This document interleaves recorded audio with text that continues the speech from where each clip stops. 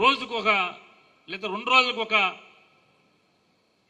ఒక ఇంట్లోనో ఒక చోట్లోనో ఉంటూ 15 రోజులు తిరగటం అనేది నిజంగా ఆ రోజే నేను మానసికంగా చచ్చిపోవాలి, రాజకీయంలోంచి మానేయాలి.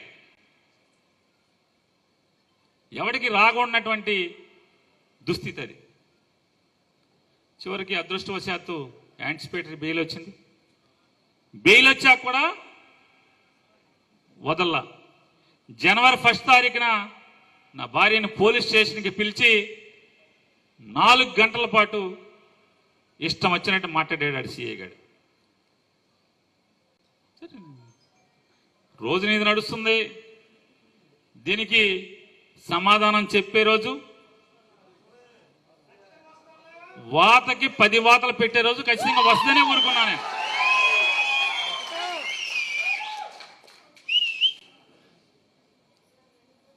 సరే, అది అయిపోయింది.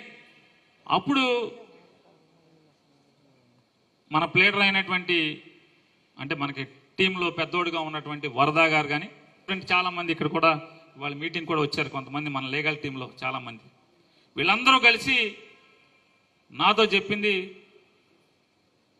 దయచేసి మేడం గారికి బెయిల్ వచ్చే వరకు నువ్వు నోరు తెరవబాకు, ఇప్పబాకు, మాట్లాడబాకని నన్ను అందరూ బతిమాలారు.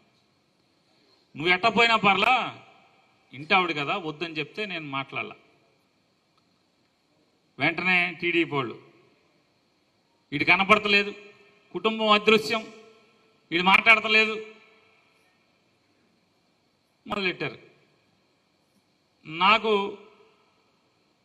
బెయిల్ రావటానికి మరొక 2 నెలలు పట్టింది. ఆ 2 నెలలు కూడా హైకోర్టు ప్లేడర్లు కానీ వీళ్ళు కానీ నువ్వు మాట్లాడబాకు, నీకు దండం పెడతాను బాబు, నువ్వు మాట్లాడబాకనే చెప్పారు.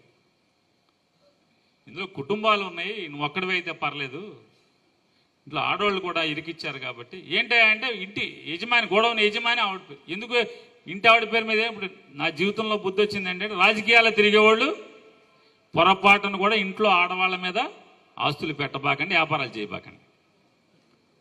రోజులు చూస్తున్నాం కదా, ఈ పరిస్థితులు ఉన్నాయి. అది అయిపోయాక హైకోర్టులో నాకు బెయిల్ వచ్చింది 2 నెలల తర్వాత. అంటే జడ్జి ఏం చెప్పారు, ఆయన నానిగాడిని అరెస్ట్ చేయబాకండి అన్నారు. అరెస్ట్ చేయకుండా 2 నెలల తర్వాత బెయిల్ వచ్చింది. బెయిల్ వచ్చిన కాడి నుంచి మళ్ళీ మన కథ మావాలి. ప్లేడర్లు అంతవరకే చెప్పారు కదా, మన పని మొదలెట్టాం. అక్కడి నుంచి వీడికి మదం దిగలేదు, మళ్ళీ మాట్లాడుతున్నాడు, వీడు రెచ్చిపోతున్నాడు. అసలు వీడికి ఆ రోజు టీడీపీ ఛానల్స్ అన్నింటిలో కూడా అసలు వీడి కంట్రోల్ అవ్వట్లేదు. ఒకడు హైదరాబాద్ వెళ్ళిపోయాడు, ఒకడు వెళ్ళిపోయాడు, ఒకడు గుండు పొట్టు వచ్చింది, ఆడి పొట్టు వచ్చింది, ఈడి పొట్టు వచ్చింది, వీడు మాత్రం వీడు దిగట్లేదని చెప్పని మాట్లాడుతున్నారు. అది అయిపోయింది కదా. ఇప్పుడు కొత్తగా ఏంటంటే